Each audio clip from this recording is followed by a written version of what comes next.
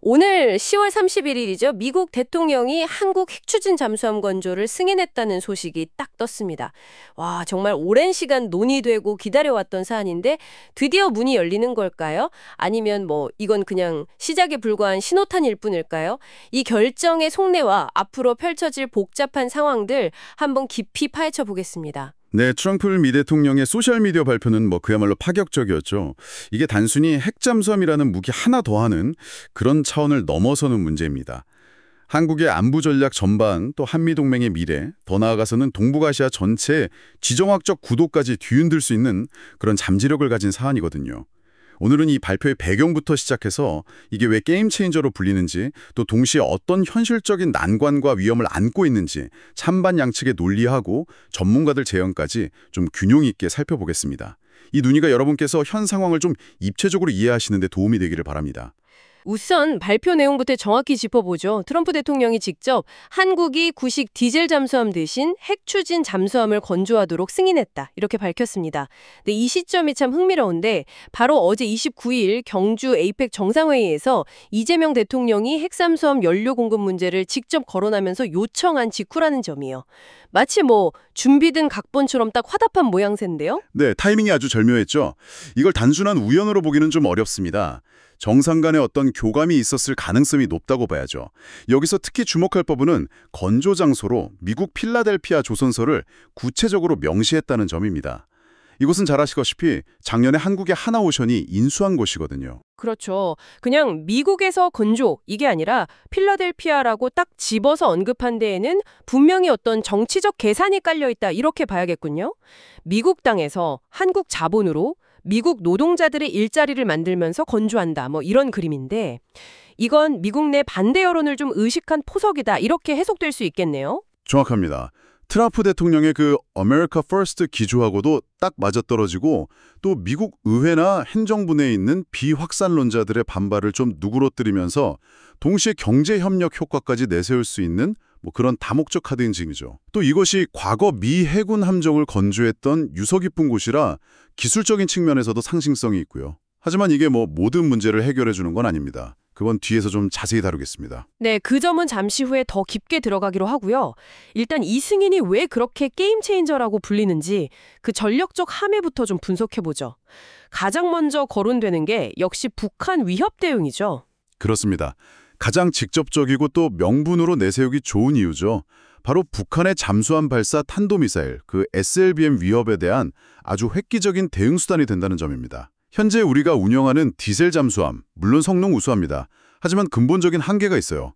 바로 배터리 충전을 위해서 주기적으로 수면 가까이 올라와야 하는 그 스노클링 과정이 필요하다는 거죠. 아, 그렇죠. 아무리 은밀하게 한다고 해도 잠수함한테 가장 취약한 순간이 바로 그때니까요. 탐지될 위험이 확 커지는 거죠. 맞습니다. 반면 핵 추진 잠수함은 원자로에서 동력을 얻기 때문에 이론상으로는 연료 교체 없이 20년, 30년 이상 무제한 자망이 가능합니다. 스노클링이 필요 없으니까 적에게 탐지될 위험이 현저히 줄어들고 훨씬 더 오랫동안 깊은 바닷속에서 은밀하게 작전할 수가 있는 겁니다. 이 능력 차이가 정말 결정적이에요. 그래서 북한 잠수함 기지 앞에서 조용히 매복하고 있다가 SLBM 탑재한 북한 잠수함이 출항하는 즉시 그냥 족쇄처럼 딱 따라붙어서 유사시의 발사 전에 무력화시킨다. 이런 킬체인 개념이 현실화될 수 있다는 거군요. 바로 그 점입니다. 이론적으로는 북한의 SLBM 위협을 원천 봉쇄할 수 있는 가장 효과적인, 어쩌면 거의 유일한 수중 플랫폼이라고 평가받습니다. 기존 디젤 잠수함으로는 좀 불가능했던 공세적인 수중 억제력을 확보하게 되는 겁니다. 이건 단순히 잠수함 성능 개선의 문제가 아니라 대북 억제 전략의 패러다임 자체를 바꾸는 수준의 변화라고 봐야 합니다. 북한의 비대칭 위협에 대한 강력한 대응 카드가 생긴다는 의미인데 근데 이 파급 효과가 북한에만 머무는 건 아니라는 분석이 많더라고요. 중국 견제 역할에 대한 기대 혹은 우려도 상당한데요. 맞습니다. 두 번째 핵심적인 전략적 의미는 바로 이 대중국 견제 능력 확보입니다. 현재 중국 해군은 제1도련선을 넘어서 서태평양으로 진출하려는 야심을 노골적으로 드러내고 있잖아요. 한국의 핵잠수함은 중국 해군이 태평양으로 나가는 주요 길목, 예를 들어 동중국해나 미야코 해협 같은 곳에서 보이지 않는 감시자, 이제 또 수중 복병 역할을 수행할 수 있습니다. 아, 그러니까 중국 함대가 마음 놓고 막 활개치게 호위없게 만든다는 거군요. 항상 어디선가 한국 핵잠수함이 지켜보고 있을지도 모른다. 이런 불안감을 심어주는 효과가 있겠네요. 그렇습니다. 중국 해군의 작전 계획 수립 자체를 매우 복잡하게 만들죠. 마치 체스판에서 상대의 강력한 기물이 예상치 못한 곳에 숨어 있는 것과 같다고 할까요? 단순히 감시뿐만 아니라 유사시에는 중국 함대의 움직임을 제약하고 생존성을 위협할 수도 있습니다. 특히 대만 해협 유사 상황이 발생한다면 한국 핵잠수함의 존재는 중국에게는 상당한 부담으로 작용할 수밖에 없죠. 대만 문제에 집중해야 할 중국 해군력을 동중국해나 서해 쪽으로 분산시키는 효과가 있다는 거군요.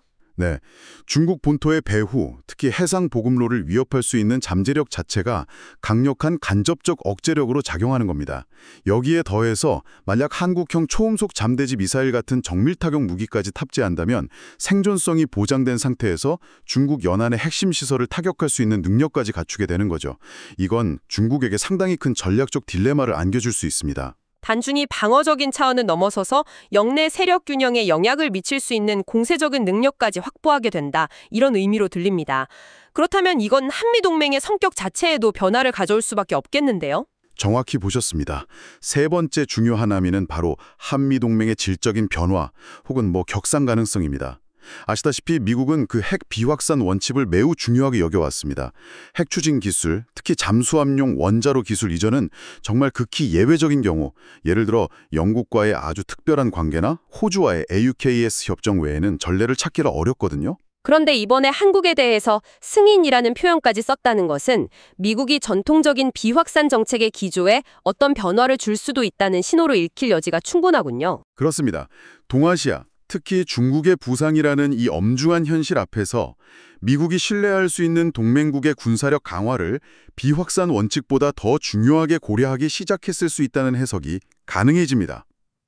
이는 한국이 단순한 북한 위협 관리 파트너를 넘어서 미국의 인도태평양 전략하에서 중국을 견제하는 핵심적인 역할을 수행하는 이른바 준 AUKUS 수준의 전략적 동반자로 격상될 수 있음을 시사하는 그런 상징적인 사건으로 볼 수도 있습니다. 그야말로 한국의 안보적 위상이 달라지는 계기가 될 수도 있겠네요.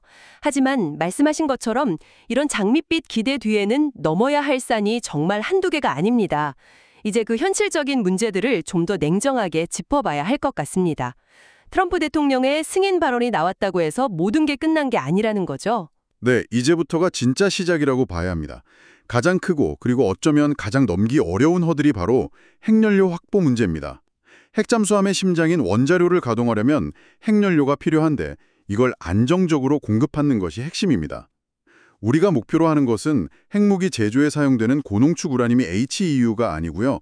농축도 20% 미만의 저농축 우라늄 LEU 연료입니다. 아, 무기급은 아니라는 점을 강조하지만 그럼에도 불구하고 현재의 한미 원자력 협정에서는 이 LEU조차 군사적 목적, 그러니까 잠수함 연료로 사용하는 것을 엄격하게 금지하고 있지 않습니까?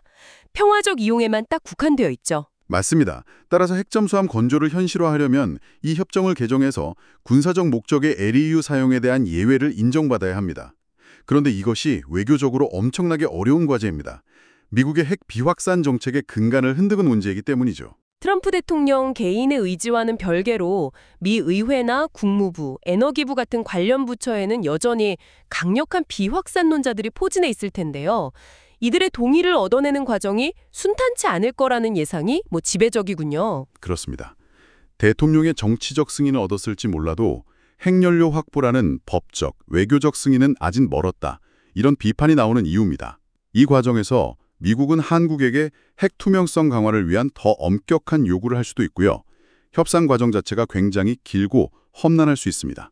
만약 이 관문을 넘지 못하면 핵 잠수함은 그야말로 움직이지 못하는 고철 덩어리가 될 수도 있는 위험이 있습니다. 아, 정치적 선언과 실제 이행 사이의 간극이 생각보다 훨씬 클 수 있다는 거군요. 외교력의 진짜 시험대가 될 것 같습니다. 또 다른 난관으로는 역시 주변국들의 반응을 빼놓을 수 없겠죠. 네, 불가피한 문제입니다. 특히 중국과 러시아의 격렬한 반발이 예상됩니다.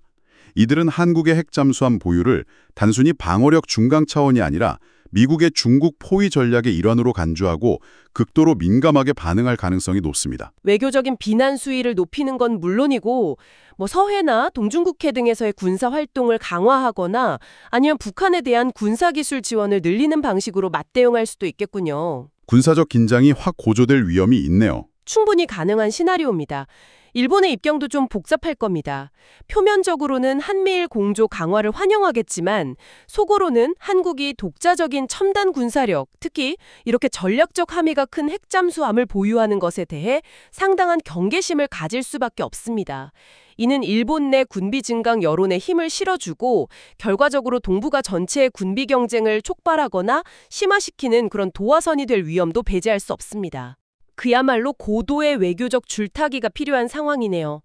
이런 외교 안보적 문제 외에도 아주 현실적인 고민거리, 바로 돈 문제도 심각하게 고려해야 합니다. 네, 비용과 지속 가능성 문제는 이 사업의 성패를 가를 또 다른 핵심 변수입니다.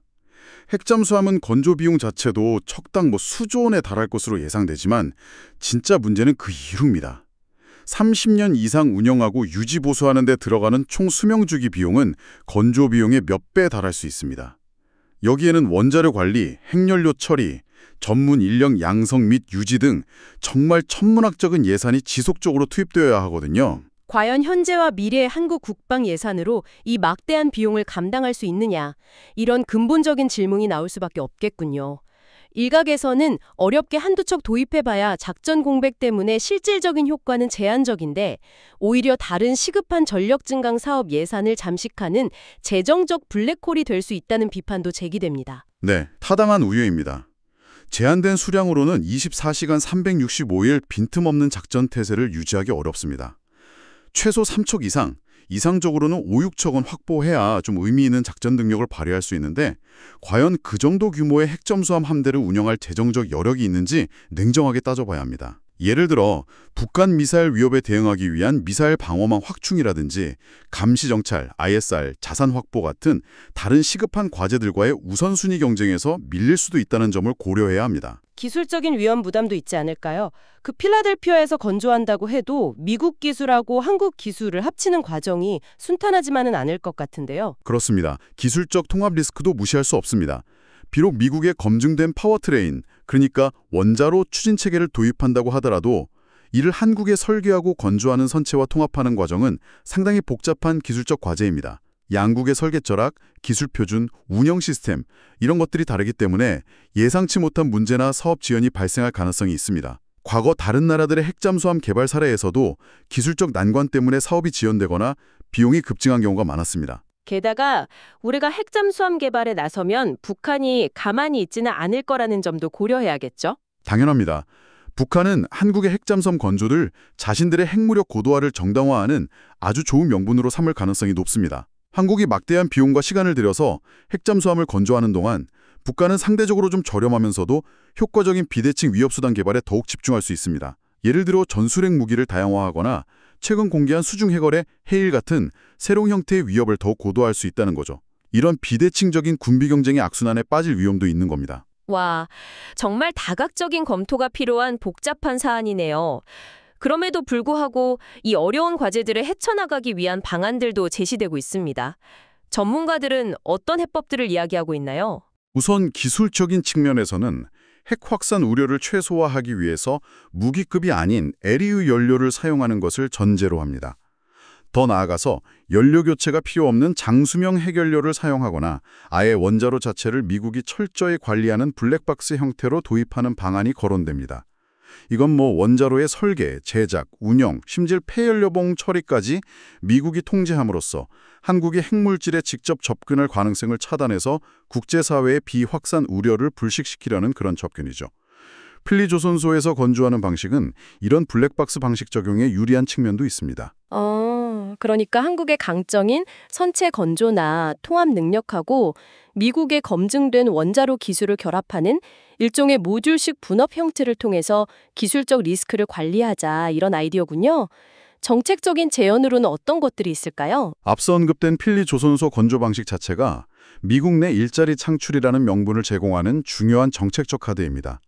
여기에 더해서 안정적인 예상 확보와 범정부 차원의 추진 동력을 확보하기 위해서 가칭 한미 핵추진 잠수함 협력 촉진 특별법 제정과 같은 법적, 제도적 장치를 마련하자는 주장이 있습니다. 또한 총사업비의 일정 부분을 원자로를 제외한 핵심 부품, 예를 들면 전투체계나 소나, 음파 탐지기 같은 것들의 국산화 연구개발에 투자하도록 의무화해서 국내 관련 산업 생태계를 육성하고 장기적인 기술 자립도를 높이는 방안도 제시됩니다. 단순히 사오는 걸 넘어서 기술 이전을 포함한 어떤 산업협력의 틀을 만들자는 거죠. 그렇군요. 가장 큰 난관인 한미 원자력 협정 개정 문제를 풀기 위한 외교적 전략으로는 어떤 구체적인 방안들이 논의되고 있습니까? 단순히 협정 개정 좀 해달라 이렇게 요구하는 방식으로는 한계가 있다는 인식이 많습니다. 그래서 다층적이고 좀 정교한 외교 전략이 필요하다는 의견이 나옵니다. 예를 들어 3트랙 전략 같은 구상이 제시되는데요. 첫 번째 트랙은 미국 내 비확산론자들을 설득하는 겁니다. 핵무장을 포기하는 대신 책임 있는 동맹국인 한국이 핵 잠수함을 보유하는 것이 오히려 지역 내 핵 도미노를 막고 미국의 비확산 목표에 기여한다. 이런 논리를 개발하는 이른바 책임 있는 억제, Responsible Deterrence 접근입니다. 아, 비확산이라는 그들의 가치를 오히려 이용해서 설득한다는 거네요. 흥미로운 발상입니다. 다른 트랙은요? 두 번째 트랙은 중국과 러시아를 향한 위험관리, 리스크 매니지먼트입니다. 이들의 반발은 불가피하므로 군사적 충돌이나 오판을 막기 위한 소통 채널 구축, 예를 들어 해군 간 핫라인 설치나 투명성 증진 조치를 제안하면서 전략적 안정을 도모하는 것입니다. 세 번째 트랙은 일본 등 우방국들을 대상으로 한 안보 편익 공유, Security Benefit Sharing입니다. 한국의 핵잠수함 보유가 특정 국가를 겨냥한 것이 아니라 북한 위협 공동 대응 및 영내 해양 안보라는 공공재에 기여하고 동맹의 방위 부담을 분담하는 것임을 강조해서 불필요한 오해와 경계심을 완화하려는 노력입니다. 각 대상의 입장을 고려한 맞춤형 외교 전략이 필요하다는 거군요. 네, 여기서 더 나아가서 이 문제를 한미 양자관계의 틀을 넘어서 AUKUS, 호주, 영국, 미국 안보동맹 등과 연계하는 다자간 방위산업연대로 확장하자는 제4의 트랙 구상도 제기됩니다. 예를 들어 필립조선소를 허브 삼아서 향후 호주나 다른 동맹국의 핵 잠수함 건조나 유지 보수에 한국이 참여하는 방식으로 규모의 강제를 실현하고 비용 부담과 기술적 리스크를 분산하자는 보다 장기적이고 거시적인 접근법입니다. 와, 정말 치밀한 전략과 준비가 필요해 보입니다. 결국 이 모든 논의들을 종합해보면 우리는 다시 한번 본질적인 질문으로 돌아가게 됩니다. 어떻게 가질 것인가 만큼이나 중요한 질문, 바로 왜 가져야 하는가, 그리고 그로 인해 포기해야 할 다른 가치, 즉 기회비용은 무엇인가라는 질문이죠. 태평양처럼 넓고 깊은 대양이 상대적으로 좁고 복잡한 한반도 주변 해역 환경에서 핵잠수함이 과연 최적의 대안인지, 혹시 더 시급하고 효과적인 다른 국방력 강화 방안은 없는지에 대한 냉정한 재평가가 필요하다는 목소리도 여전히 존재합니다. 이 복잡하게 얽힌 실타래를 어떻게 풀어가야 한다고 보시나요? 바로 그 지점, 즉 전략적 필요성과 현실적 제약, 그리고 기회비용 사이의 균형점을 찾는 것이 핵심 과제라고 생각합니다. 막연한 기대감이나 어떤 정치적 상징성에 치우치지 않고 철저하게 국익의 관점에서 실현 가능성과 효용성을 따져보는 과정이 반드시 필요합니다. 자, 오늘 우리는 한국의 핵추진 잠수함 건조 승인이라는 이 뜨거운 이슈를 둘러싼 다양한 측면들을 깊이 있게 살펴봤습니다. 이것이 한국의 안보 역량을 한 단계 끌어올리고 한미동맹의 위상을 재정립할 수 있는 잠재력을 지닌 분명 역사적인 전환점이 될 수도 있다는 기대감이 있습니다.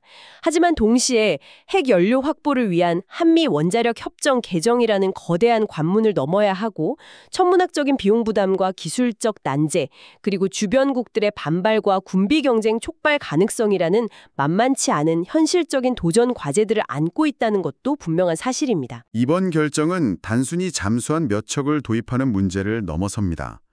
한국의 외교적 협상력, 장기적인 재정 감당 능력, 첨단 기술 관리 능력, 그리고 이 모든 어려움을 감수하려는 국가적 의지까지 그야말로 총체적인 국력을 시험하는 무대가 될 것입니다. 많은 논의들이 어떻게 지속 가능하게 만들 것인가에 초점을 맞추고 있습니다만 여기서 한 걸음 더 나아가 여러분께 이런 질문을 던져보고 싶습니다. 만약 이 모든 난관을 성공적으로 극복하고 우리가 핵잠수함을 보유하게 된다면 그것은 과연 우리 안보 문제의 궁극적인 해결책이 될까요? 아니면 예상치 못한 새로운 도전과 위협을 불러오는 또 다른 복잡한 전략적 방정식의 시작이 될까요? 미래는 늘 현재의 선택이 만들어가는 것이고 깊은 바다는 언제나 서두르거나 준비되지 않은 자에게 시련을 안겨준다는 사실을 기억해야 할 것입니다.